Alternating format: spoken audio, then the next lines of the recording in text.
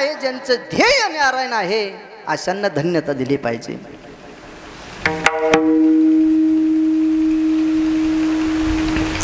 पंढरपुरामधून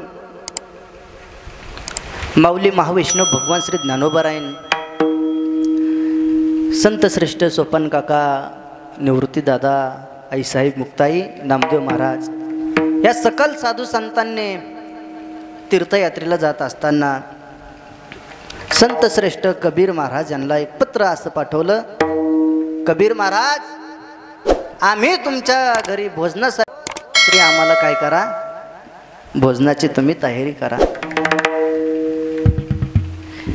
हे पत्र संत श्रेष्ठ कबीर महाराजांकडे आलं. कबीर महाराजांकडे पत्र आल्यानंतर कबीर महाराजांनी ते पत्र वाचावं आणि वाचवत असताना कबीर महाराजांच्या डोळ्यामध्ये अश्रू वाहत होते. त्यांचा छोटासा मुलगा कमाल, असा बारका असेल असा कमाल म्हणतोय, बाबा काय झालं, तुम्ही का रडता, नेमकं असं संकट का आलंय तुमच्यावर, तुम्हाला सांगू का. तरुण मंडळी आहेत काही इथं, पण मला तर असं वाटतंय, जोपर्यंत आपला बाप जिवंत आहे, जोपर्यंत आपली जिवंत आई आहे, तोपर्यंत त्यांच्यासोबत चांगलं जीवन जगवावं, चांगलं जीवन जगदा. एकदा आई बाप आपल्या जीवनामधून जर गेले ना, तर आपल्याला पुन्हा काही भेटत नाही. या जगामध्ये, या मृत्यू लोकामध्ये पैशाने सर्व काही विकत भेटेल, परंतु आपले आई वडील आपल्याला भेटणार नाही. जोपर्यंत आपलं जीव आहे, जोपर्यंत आपले आई वडील जिवंत आहेत, त्यांना तोपर्यंत जपा. तुम्हाला कोणतं भगवंताकडे जाण्याची सुद्धा गरज लागणार नाही. विठ्ठला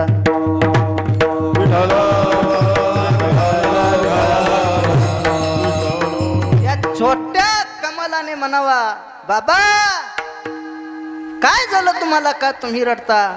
तेव्हा कमालाला कबीर महाराज म्हणतात, अरे कमाला, आपल्या घरी संत मंडळी भोजनासाठी येणार आहेत, वैष्णव येणार आहेत.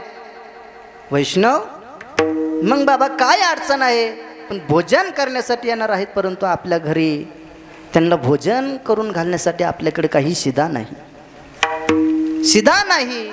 मग बाबा शिदा नाही, मग आता काय करायचं. ते कमाल म्हणतोय 5 वर्षाचा, बाबा आपल्या गावामध्ये जे वाणी काकाचं दुकान आहे ना, आपण तिथून शिदा घेऊन येऊ आणि या संत मंडळीला जेव घालू.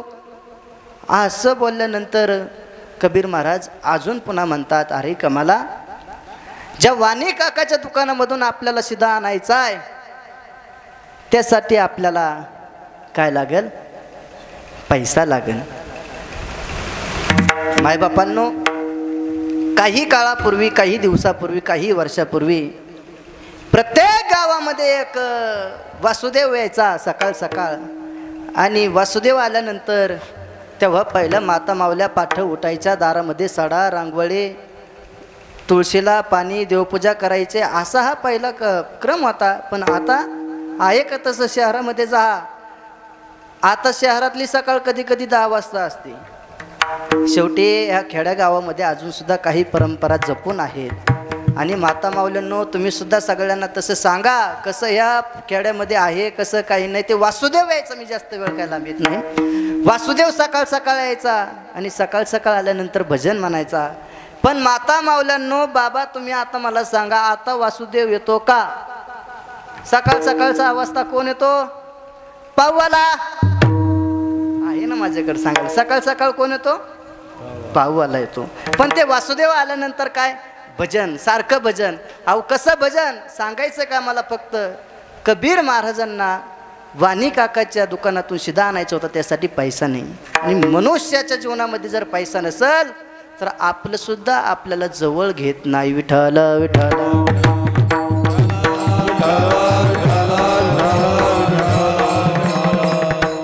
हय वासुदेवाची ऐका वाणी, वासुदेवाची ऐका वाणी, या जगात नाही राम रे.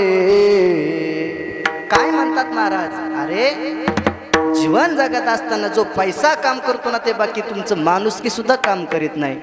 वासुदेवाची ऐका वाणी या जगात नाही राम रे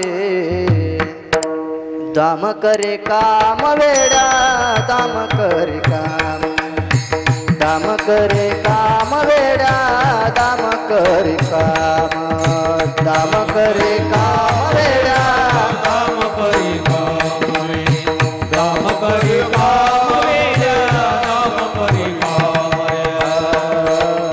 पैशाची जादू लई न्यारी त्याची तान्या पोराला रे हव आ पैसा पायी सारी माणस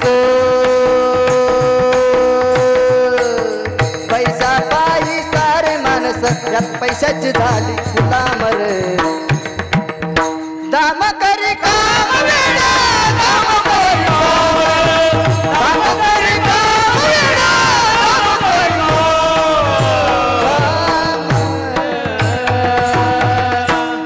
काय म्हणायचे वासुदेव वसुदेवाची ऐका वाणी या जगात नाही राम रे दाम करी काम वेड्या काम करी काम हा प्रसंग संत श्रेष्ठ कबीर महाराजाला आठवला. कबीर महाराज म्हणतात कमाला आणू आपण वाणी काकांच्या घरून शिदा परंतु शिदा आणण्यासाठी काय लागतंय पैसा. अहो पैसा म्हणजे अशी वस्तू आहे जर एखाद्या छोट्या बाळाला असं 1 रुपया जरी दाखवला ती किती रडत असलं तरी पळत येतं. हा पैसा आहे. पैसा एखाद्याला चांगलंही तेवढं करतो आणि हा पैसा एखाद्याचं वाईट सुद्धा तेवढं करतो. शेवटी पैसा आहे.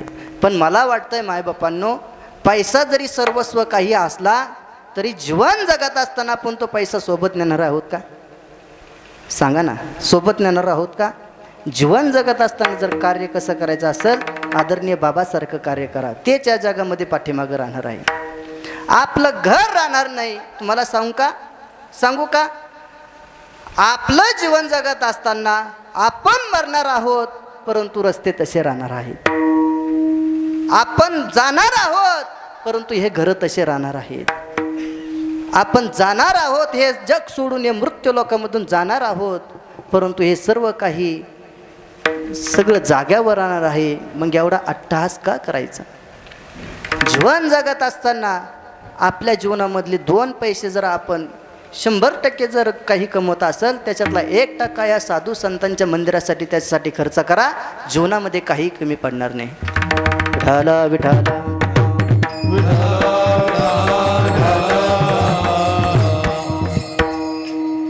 कारण की भगवंताचे आपल्यावर खूप काही उपकार आहेत.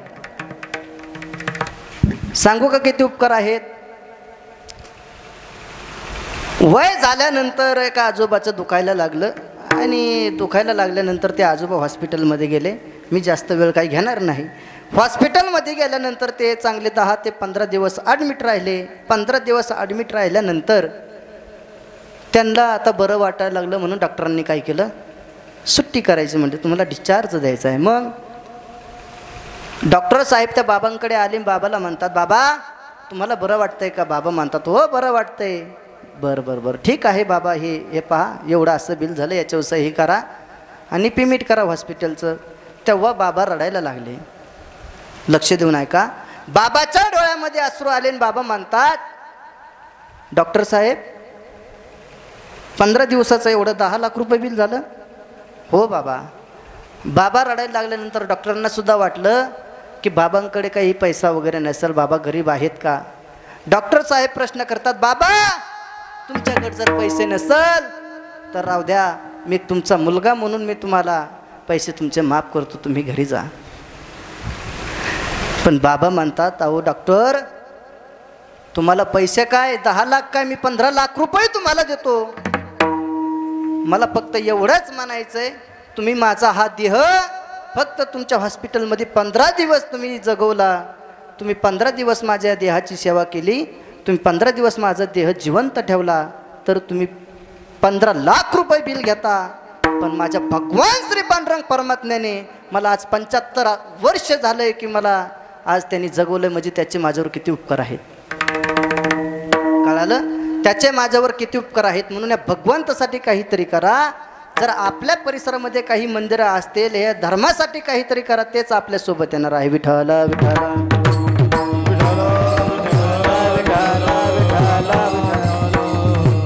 सांगायचा विषय असा होता, ते कबीर महाराजाला रडताना कमालाने पाहिलं आणि कमाल म्हणतोय, बाबा वाणी काकाच्या दुकानामधून आपण सीधा. कबीर महाराज म्हणतात, अरे कमाला आपल्याकडे पैसा नाही. पैसा नाही बाबा, मग आपण एक काम करायचंय का, आपण वाणी काकाच्या दुकानामधून हा सीधा चोरून आणायचा का. असं बोलल्यानंतर कमाल महाराजाला कबीर महाराज म्हणतात, अरे कमाला चोरून, बाबा तुम्ही तर म्हणता ना बाबा या साधू संतांसाठी आपलं जीवन खर्च केलं पाहिजे. अहो बाबा असं मग खर्च करायचं ठीक आहे, परंतु मग काय करायचं बाबा, जेवढा आपल्याला ह्या साधू संताला सीधा लागेल तेवढंच आपण काय करू, चोरून घेऊन. संताची पायी खर्चावे शरीर, सांगतो कबीर कमलासी. काय म्हणतात महाराज, या संतांच्या काहीतरी आपण सेवेसाठी जर का आपलं शरीर खर्च केलं तर आपल्या जीवनाचं कल्याण होईल. विठ्ठल विठ्ठल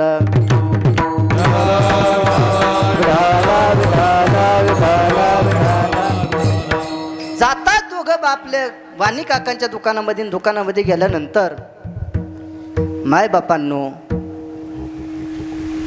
दुकानामध्ये कमाल महाराज त्या दुकानात शिरतात.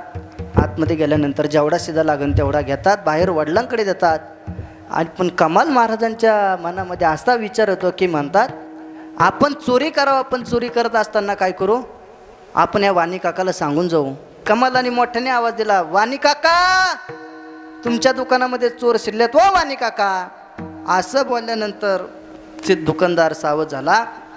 परंतु आता कबीर महाराज म्हटले, अरे काही वेडा आहेस का तू कमाला, आता जर त्यांनी पाहिलं तर उद्या आपल्याला गावामध्ये आपली चर्चा होईल, यांनी चोरी केली, आपल्या लोक नाव ठेवतील, लोक आपल्याला शिक्षा करतील.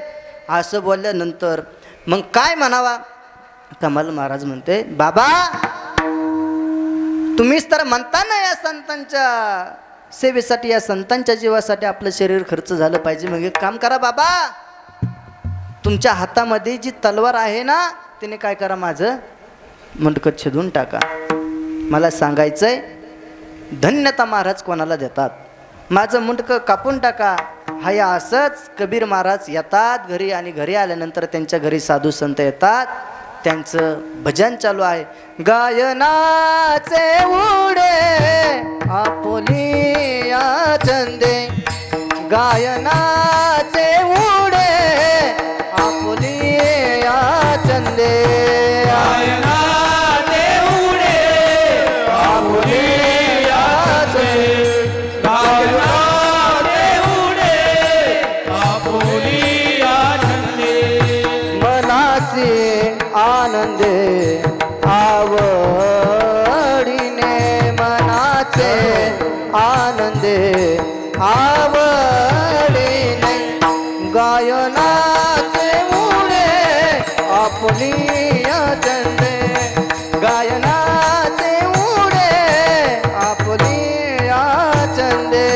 मनाचे आनंदे आवडीने, मनाचे आनंदे आवडीने, गायनाचे उडे आपुलिया चंदे, गायनाचे उडे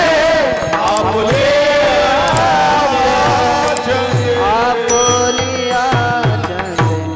असं माऊली महावैष्णव भगवान श्री ज्ञानोबाच्या साधू संतांचं कबीर महाराजांच्या घरी भजन चालू आहे. आणि भजन चालू असताना कबीर महाराज येतात, तो शिधा देतात त्यांच्या मंडळीकडे. आणि शिधा दिल्यानंतर स्वयंपाक करायला सांगतात. आणि जे हातामध्ये जे मुंडकं आणलेलं होतं ना कमलाचं, ते काय केलं, एका टोपलीच्या खाली झाकून ठेवलं. मायबापांनो, माता माऊलीनं तुम्ही सांगा, जर आपलं जर पोरग जर मेलेला असेल आणि आपण त्या आनंदामध्ये या साधू संतांसाठी स्वयंपाक करू का, सांगा ना, करताल का तुम्ही? तरी करतान का? नाही करणार. ती बिचारी माता माऊली रडत रडत तिने स्वयंपाक केला. पण जेव्हा पंक्ती बसल्या तेव्हा ज्ञानोबारायांच्या लक्षामध्ये आलं, अरे जेव्हा मी पाठीमागच्या वेळेस आलो तो बारका बाल कुठे. काही बोलले नाही कबीर महाराज. माता माऊली रडते, काही बोलले नाही. पण त्यांच्या या साधू संतांचं भोजन झालं आणि भोजन झाल्यानंतर जेव्हा निघले ना, तेव्हा इकडं गावामध्ये चर्चा झाली की कोणाचं हे धड आहे, कोणाचं धड आहे. सगळ्या गावामध्ये चर्चा झाली. परंतु त्या वाणी काकाने शेवटचा निर्णय असा घेतला की आता हे धड काय करू, आपण एका येशीमध्ये लटकून देऊ. ज्ञानोबर आहे. ह्या सगळं सकल साधू संतांची दिंडी निघाली. भजन चालू होतं. ज्ञानदेव तुकाराम, ज्ञानदेव तुकाराम, ज्ञानदेव तुकाराम, ज्ञानदेव तुकाराम, देव तुकाराम, ज्ञानदेव तुकाराम, तुकाराम, ज्ञानदेव तुकाराम, ज्ञानदेव तुकाराम, ज्ञानदेव तुकाराम, देव तुकाराम, ज्ञानदेव तुकाराम, ज्ञानदेव तुकाराम, ज्ञानदेव तुकाराम, ज्ञानदेव तुकाराम, ज्ञानदेव तुकाराम, ज्ञानदेव तुकाराम, ज्ञानदेव तुकाराम. भजन कर सगळे टाळी वाजवा. ज्ञानदेव तुकाराम, ज्ञानदेव तुकाराम, ज्ञानदेव तुकाराम, ज्ञानदेव तुकाराम. देव तुकाराम, देव तुकाराम. भजन चाललं होतं. आणि भजन चालत असताना त्या साधू संतांनी ते धड पाहिलं. परंतु ते असं लटकलेलं होतं जसं यांचं भजन चाललं. ज्ञानदेव तुकाराम, ज्ञानदेव तुकाराम. तुम्ही आता कसं न सांगता टाळी वाजली, या भजनामध्ये दंग झालात का नाही, तसं हे शरीर ते कमाल महाराज असं भजन करायला लागले. आणि भजन करत असताना जसं भजन त्यांच्या शरीराला आवाज स्पर्श होतोय तसं त्यांच्या हाताची टाळी वाजायला लागली. भजनामध्ये दंग झाले. ज्ञानोबराय म्हणतात, अरे हा नेमका असा देह, एवढा पवित्र देह कोणाचा असल की याला साधू संतांच्या नुसतं देवाचं नामस्मरण जरी त्याच्या कानावर गेलंय, त्याच्या या शरीरावर त्या नामस्मरणाचं वारं जरी गेलंय, तरी सुद्धा त्याचं भजनामध्ये हे शरीर तल्लीन झालेलं आहे. नेमका असं हा देह, हा मुलगा नेमका असेल कोणाचा. त्याच्यासाठी नामदेव महाराज म्हणतात, ज्यांच्यामुळे ज्यांचा कुळाचा उद्धार झाला. म्हणून अभंगाच्या दुसऱ्या चरणामध्ये का बरं बाबा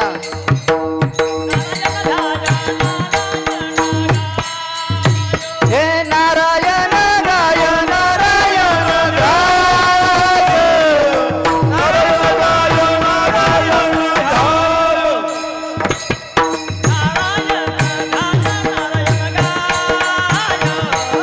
नारायण गाय, नारायण गाय,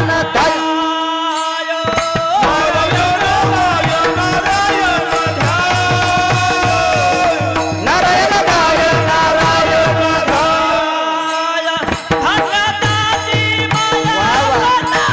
गाय,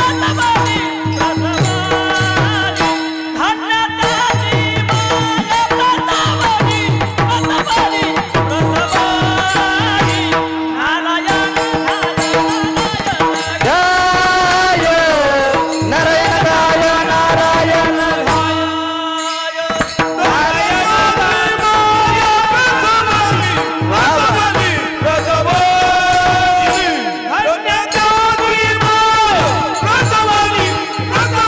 प्रसादले. नारायण गाय,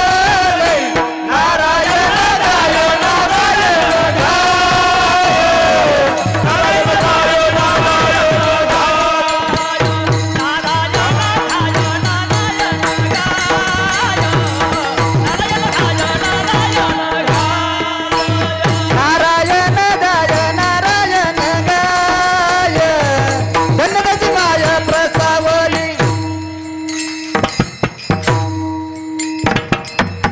वा वा वा, टाळी वाजवा, टाळी वाजवा. अतिशय सुंदर आनंद वाटला. विठाला विठाला आजकाला नामदेव महाराज म्हणतात, त्यासाठी म्हटलं पाहिजे धन्य त्याचे माय प्रसावले. हा, यांच्यासाठी नामदेव महाराज धन्यता देतात. मी तुम्हाला बोलतो हे लक्षात येत आहे का माता माऊल्यांनो, वडीलधारा माणसं, मी तुम्हाला बोलतो माझी भाषा कळते का? कधी कधी भाषेमध्ये सुद्धा लय फरक असतो बरं.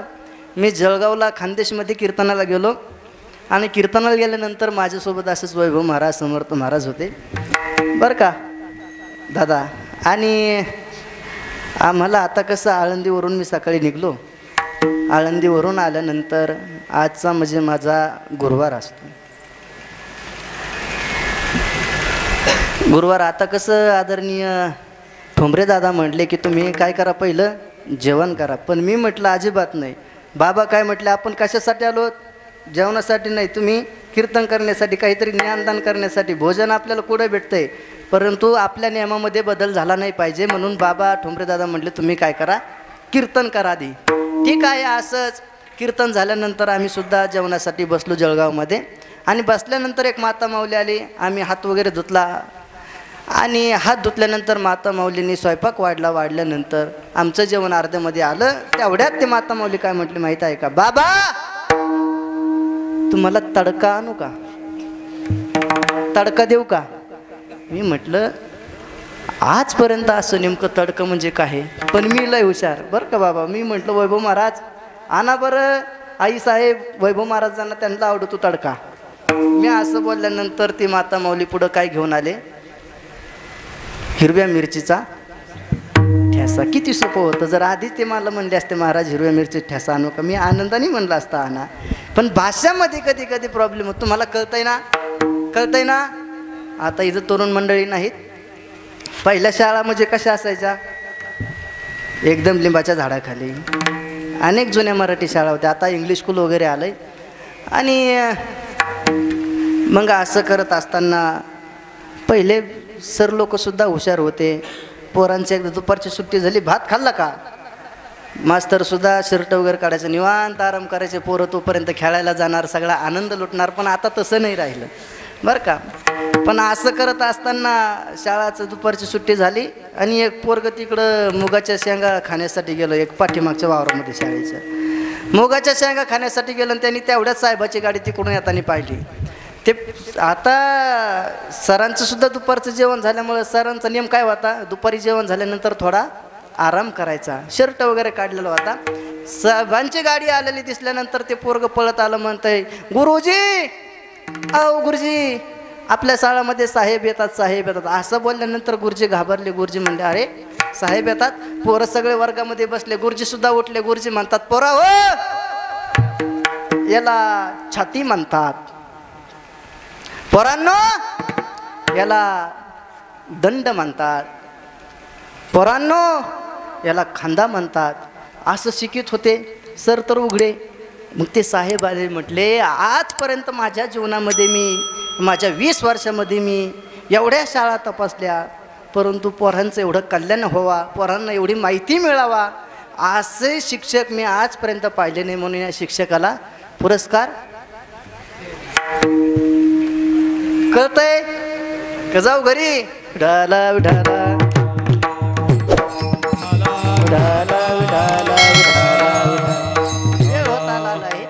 अहो आता हे बारकं पोरगं सुंदर असं कीर्तन ऐकण्यासाठी बसलं. कधी कधी बरं का बाबा लय हुशार, हे लय हुशार. मी कार्यक्रमाला गेलो, मला म्हणे बाबा चला आपल्या घरी, आता उन्हाळ्याचे दिवस आहेत, काय करू आपण, लस्सी वगैरे तुम्हाला ताक वगैरे वाईनी ताक ठेवलं घरी. घरी गेलो. मी म्हटलं अरे का रे तुझे आई वडील कुठे आहेत? म्हणे बाबा काही नाही गेले शेतामध्ये. बरं बरं बरं ठीक आहे बाबा, हे काय करा तुम्ही ताक घ्या. मी असं सांगत नाही, परंतु आता हे बोलावं लागतंय. हां आजकाल खरंच मत नाही, अवघड आहे. विठाला विठाला आता घेतलं समर्थ पूर्ण करू. सांगितलं म्हणे बाबा तुम्हाला ताक आणतो. ठीक आहे. त्यांनी मला एक चांगलं तांब्या भरून ताक आणलं आणि ताक दिल्यानंतर मी म्हटलं का रे आता तुला आई बोलणार नाही काही? म्हणे बाबा काही नाही. म्हणलं काय झालं रे? काय नाही बाबा, त्याच्या सकाळी उंदीर पडला होता म्हणून ते तुम्हाला दिलं. बरं का. बरं ठीक आहे. उंदीर पडल्यानंतर मग येतं आता काय करावं काही कळालं नाही. मग माझ्या हातामधला तांब्या असाच खाली पडला. मला म्हणे बाबा पडू द्या तांब्या, काही अडचण नाही. तो आंघोळीचाच तर तांब्या होता आमचा. असे लेकरू काही काही म्हणजे काय विचारते कधी काही सांगता येत नाही. अजून काही विनोद खूप करण्यासारखं आहे, परंतु समोर आदरणीय बाबा बसलेले आहेत. ह्या नारदाच्या गादीवरून एका विठ्ठला वाचून कधी काही दुसरं वर्णू नाही असं ज्ञानोबराय संत श्रेष्ठ साधू संत सांगतात. पण आजकाल ह्या काळामध्ये जसं एखाद्या मालावर कधी कधी मवा पडतो, तुम्ही शेतकरी मंडळी आहेत कधी मध्ये फवारा मारता का नाही, तसं हे करावं लागतं, नाही तर झोप येतात. विठाला विठाला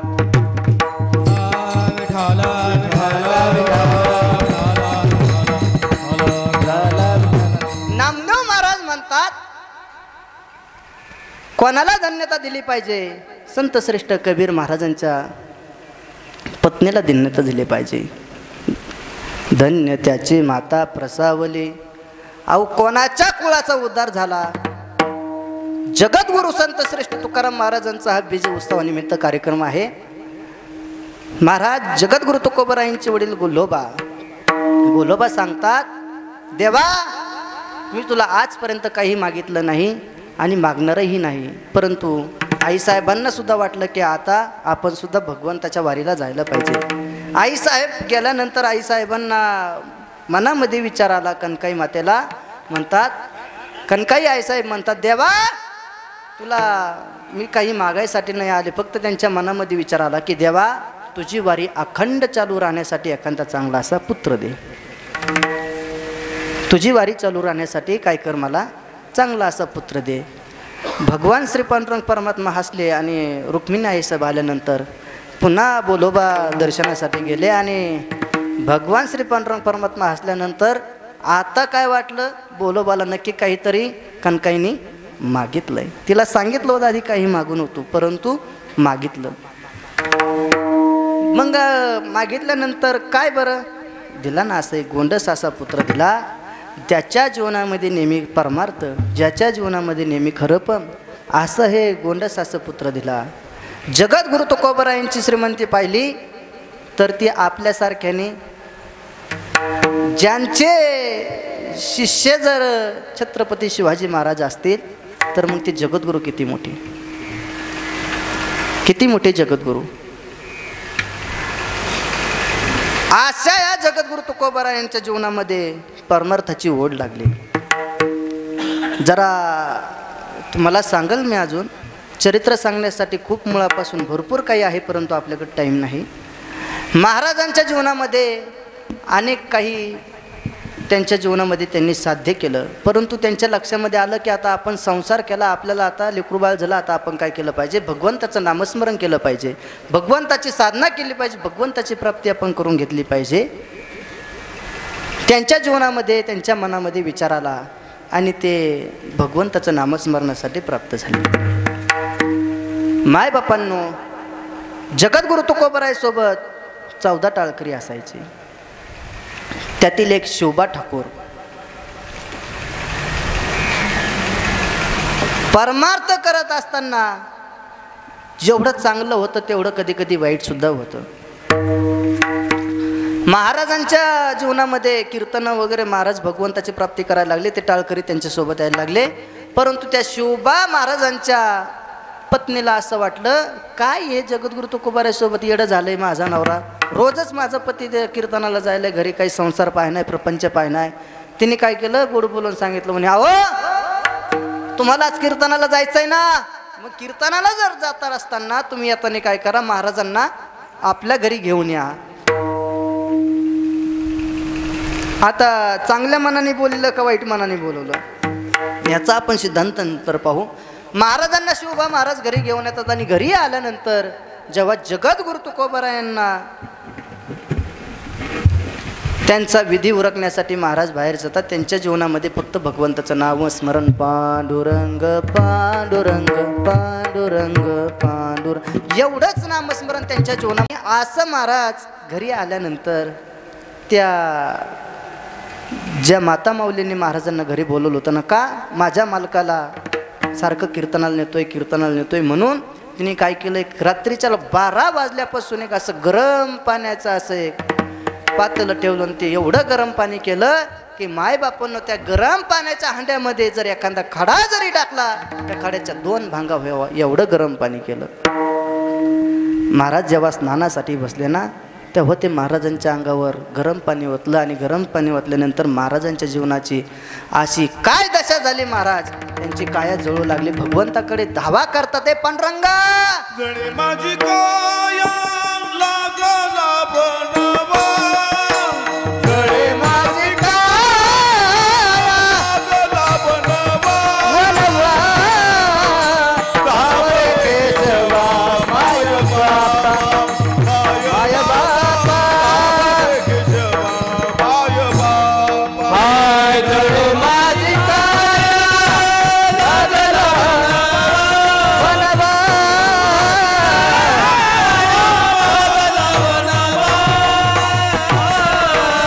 धावे केशवा माय बापा,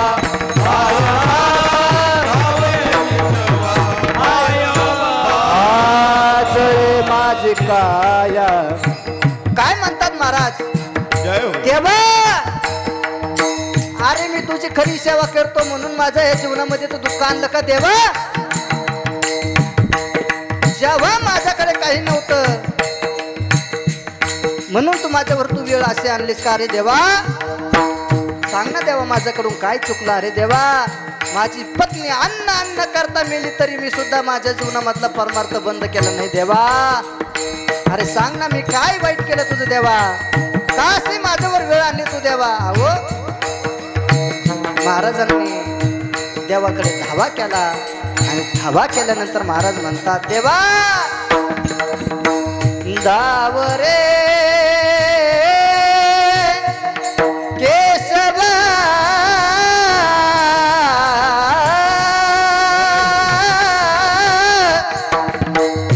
माय बापा,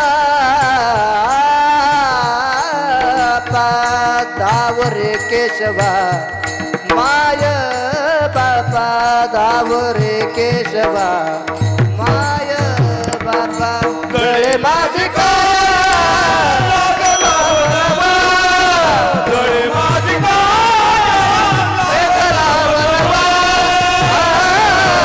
धाव रे केशवा माय बापा, ओ धाव रे केशवा माय बापा. महाराज, असा जगद्गुरु तुकोबरायांचा हा जीवनकाळ झाला आणि महाराज त्यांच्या भजनामध्ये दंग झाले. डोंगरावर भजनासाठी गेले, परंतु त्या माता माऊलीच्या अंगाची नुसती लाही लाही लाही लाही आग सुटली. त्यांनी अनेक वैद्य दाखवले तरी त्या माता माऊलीच्या अंगाची आग राहिली नाही. मग एका जाणकार व्यक्तीने सांगितलं, का रे तू कोणाला त्रास दिला होता का? तेव्हा ती म्हटले, महाराज मी जगद्गुरु तुकोबाराला असं असं केलंय. तेव्हा मग ते जाणकार व्यक्ती म्हटले की तुम्ही काय करा, जगद्गुरु तुकोबारांना जाऊन माफी मागा. असं बोलल्यानंतर ती माता माऊली महाराजांकडे ते महाराजांना म्हणते, महाराज मला माफ करा, मी चुकले, माझ्या मनामध्ये पाप आलं, मी तुम्हाला जाणून बुजून केलं. महाराज म्हणतात, अरे देवा पांडुरंगा, महाराजांच्या ध्यानामध्ये एवढं सुद्धा राहिलं नाही की कधी माझ्या अंगावर गरम पाणी ओतलं का काय ओतलं. महाराज म्हणतात, देवा का बरं महाराजांच्या ध्यानामध्ये राहिलं नाही? महाराजांची वाणी ही भगवंताच्या नामस्मरणाची ही पवित्र अशी वाणी झाली होती. माझी मज झाले अनावर वाचा, छंद या नामा